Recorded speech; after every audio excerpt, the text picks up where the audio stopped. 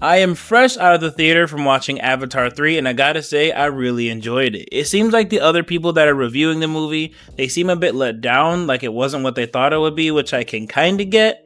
But me personally, Avatar is like an event. I go for the spectacle. Everything looks really good, and it always makes me feel for the characters inside the movie. How deeply they feel about their religion and their spirituality and Eywa. I feel all that when I'm in there. So I'm not really there for the weak ass plot because it's usually pretty weak. And I'm not really there for the writing if it feels lazy or whatever. I just like enjoying the event of Avatar movie. So with that being said, I want to go through some of the things I really liked about the movie and some things I thought were pretty interesting. Now obviously, spoilers ahead, I like to start with Varong the villain. She was very cool, very interesting. Not everything gets answered, which kind of sucks because it seems like they kind of using her and gassing her up in the trailers, but you don't get enough. You get an origin. I think her people were wiped out by like a volcano or fire or something. And because of that, she feels like Eywa like turned her back on them. So she don't believe in Eywa. She believes in like the power of fire and strength, and she's like obsessed with that shit now. That's all you really get. But there's like she has this Kuru attack where she connects her little Kuru to yours and completely makes you bend to her will. She's got this weird eye on her hand, and once she's got you, like she keeps putting it in your face, and it seems to completely put people in a trance. There seems to be more about her spiritually that we just don't know. Other than that, I wish she was a little more imposing combat-wise, because they have her and Neytiri kind of facing off, and honestly, not to sound like a Neytiri stan, she would have got packed up if they had one straight fight in the movie, and they don't. Off the top of the dome, in chronological order, I believe their first fight, we got her sneaking Neytiri with a fucking arrow, and because of that, Neytiri nearly dies. Like, it was pretty crazy, but she gets that win, I guess. Then the second time, Varong and Quaritch, they was getting it on. So he put her to sleep with that blue meat, and Neytiri sneaks up on her and interrogates her about Jake. Once again, not really a straight fight. Then the third time after Renal's death, she has Renal's baby on her chest. So once again, when they come to blows, kinda, she can't really do much. She's got an infant, a newborn, right on her chest. So they never have like a solid 1v1 like Jake and Quaritch. Because it started to feel like Varong was a fake threat. Like if she actually got to have that solid 1v1, she was smoked. That's just how I feel, but I did love that character and would love to see more of her. Because she doesn't actually die, she just escapes, and we'll get to that later when I talk about Kiri, but that's for Varong. I would like to see more of Varong. We gotta talk about Quaritch though. He's got one of the coolest scenes in the movie, at least to me. See, she hits him with that Kuru attack, and I'm telling you guys, it was a deadly move. If she gets you with that, it's over. You bend to her will. But he's the only one who fights it hard enough and actually pushes her off of him. The level of willpower that takes, like when you see how it drops everybody to their knees and he fights it,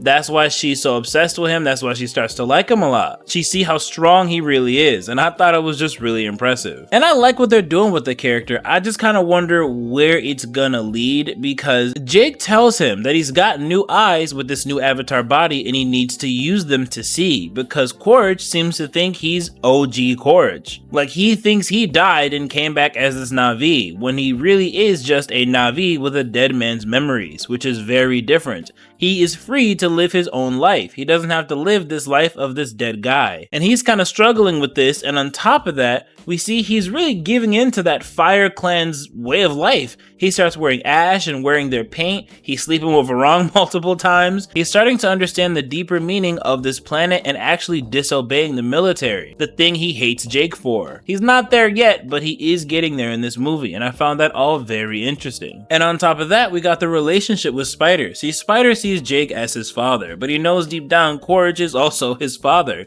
and they both see him as their son. They kind of form an alliance just to save the kid, and when they're both fighting each other, because of course Jake and Quaritch are gonna fight, Spider nearly dies, and they work together to save him, and they just kind of stop fighting. And Jake even thinks about sparing Quaritch, until he jumps off himself, supposedly dies. I'm sure he's fine. The point is, in this movie we got a lot of Quaritch development, and I really wonder what they're gonna do with him. Are they gonna fully redeem the guy, or is it gonna be kind of like what they did with Azula? She got that one comic where she's leaning towards redemption, but we never really see where she's gonna go. Either way, the one thing I don't see happening is him sticking with the humans and sticking with his guns and still pretending to be Quaritch. This movie, his eyes are completely open. He knows he needs to make some kind of choice, and we're gonna see whenever the next movie comes out what that is. But I'm also on everybody else's side when they say that Varong probably saved him when he jumped off.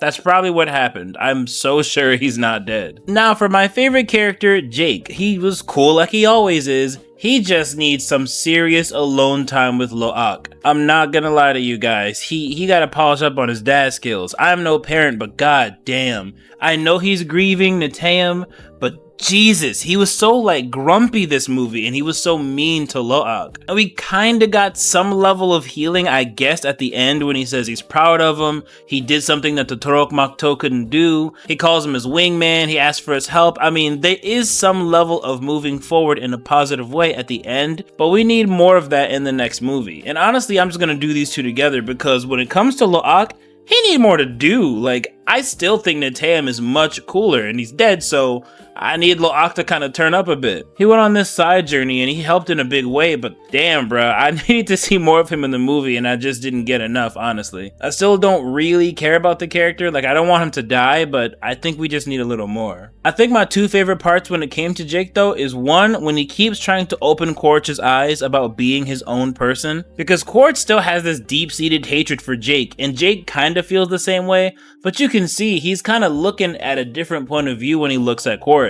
He sees him as someone who is confused. Maybe because he knows deep down Quaritch is starting to see what this planet really is, and he knows he's not actually Quaritch. Quaritch is dead. I think Jake just sees him as a confused Na'vi, someone who could be one of them. So I did find that dynamic pretty interesting. And the other thing is an argument he had with Neytiri, because Neytiri has this deep hatred for humans, and of course, in a way he takes offense. He may not be human anymore, but he is a human. Their kids are kinda human, and he wonders how deep that hatred goes. Every time their kids mess up, every time something goes wrong, does she blame that human part of them? And she says yes. I just like how flawed those two are as parents. Like, they're not perfect, because she is so rooted in her religion and in Eywa and this way of life, and he is a marine. Like, he is basically just a human marine on this planet, and he has accepted everything this planet is, but he is still who he is. So it's much harder for him to just kind of give his life to Eywa